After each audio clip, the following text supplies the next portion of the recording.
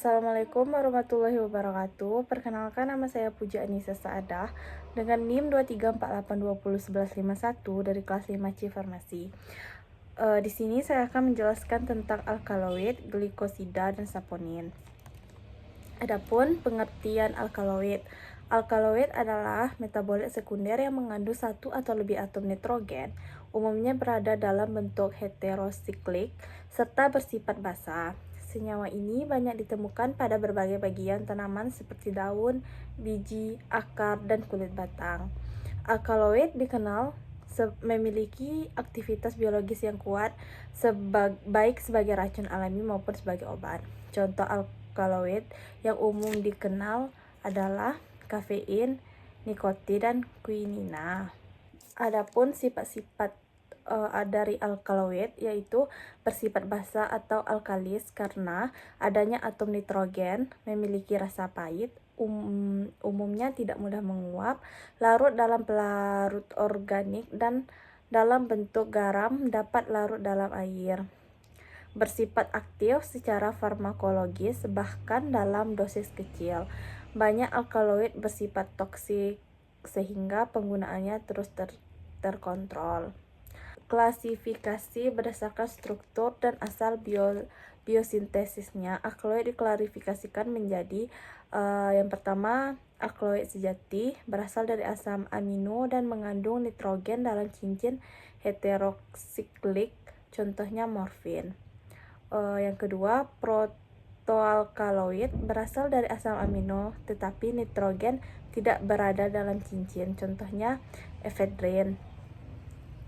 Yang ketiga, pseudoalkaloid tidak berasal langsung dari asam amino namun tetap mengandung nitrogen, contohnya kafein.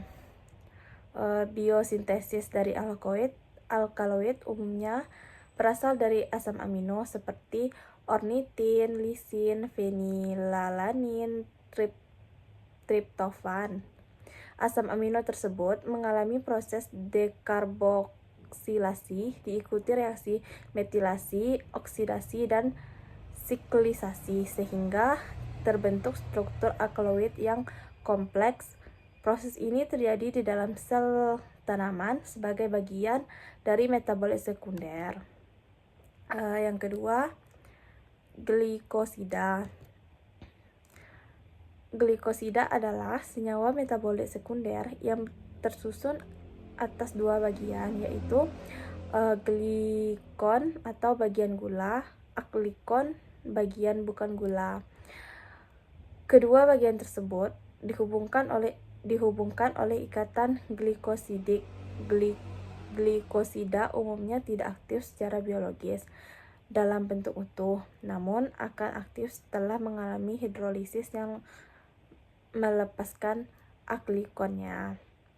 Adapun sifat-sifat dari glikosida yaitu umumnya larut dalam air, tidak mudah menguap, stabil dalam kondisi kering, dapat terhidrolisis oleh enzim atau asam. Aktivitas farmakologis ditentukan oleh struktur aklikon.